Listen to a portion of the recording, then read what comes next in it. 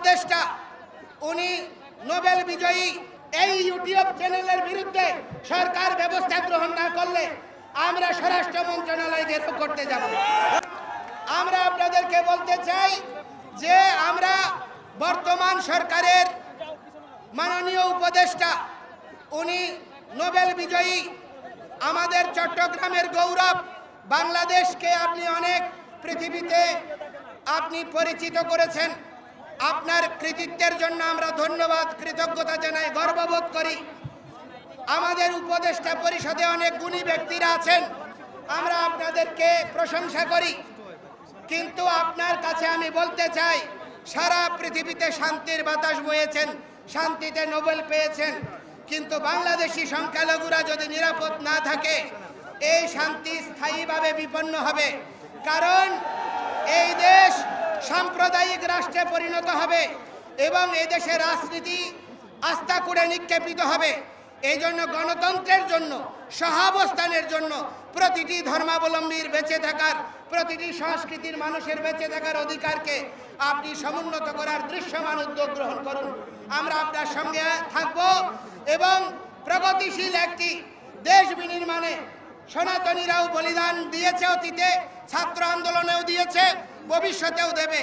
কিন্তু আমাদের ন্যায্য অধিকারকে, ন্যায্য দাবিকে, ন্যায্য আন্দোলনকে বিপদগ্রামী করবেন না, বিভ্রান্ত করবেন না। গতকাল একটা ইউটিউব চ্যানেলে বলেছে ধর্মীয় উস্কানি দিয়ে সারা দেশে দাঙ্গা লাগানো হবে।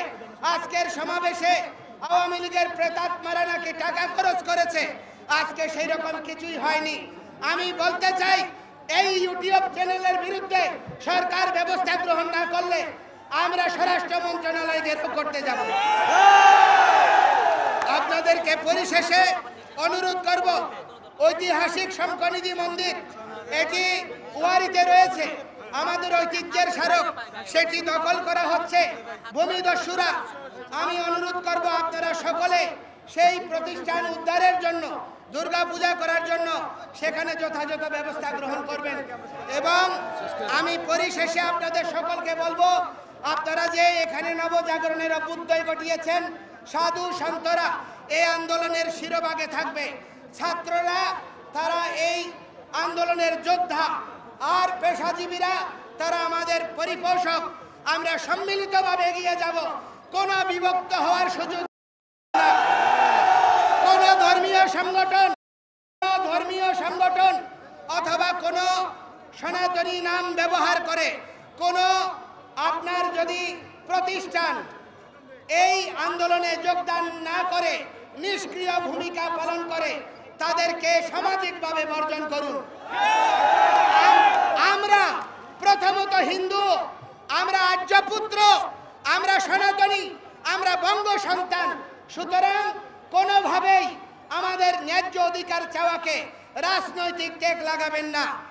আমরা আপনাদেরকে আবার বলতে চাই, অতীতে আমার মুসলমান ভাইদের আন্দোলনকে, ইসলামী আন্দোলনকে জিহাদি, জঙ্গি অথবা পাকিস্তানপন্থী ট্যাগ দিয়েছে।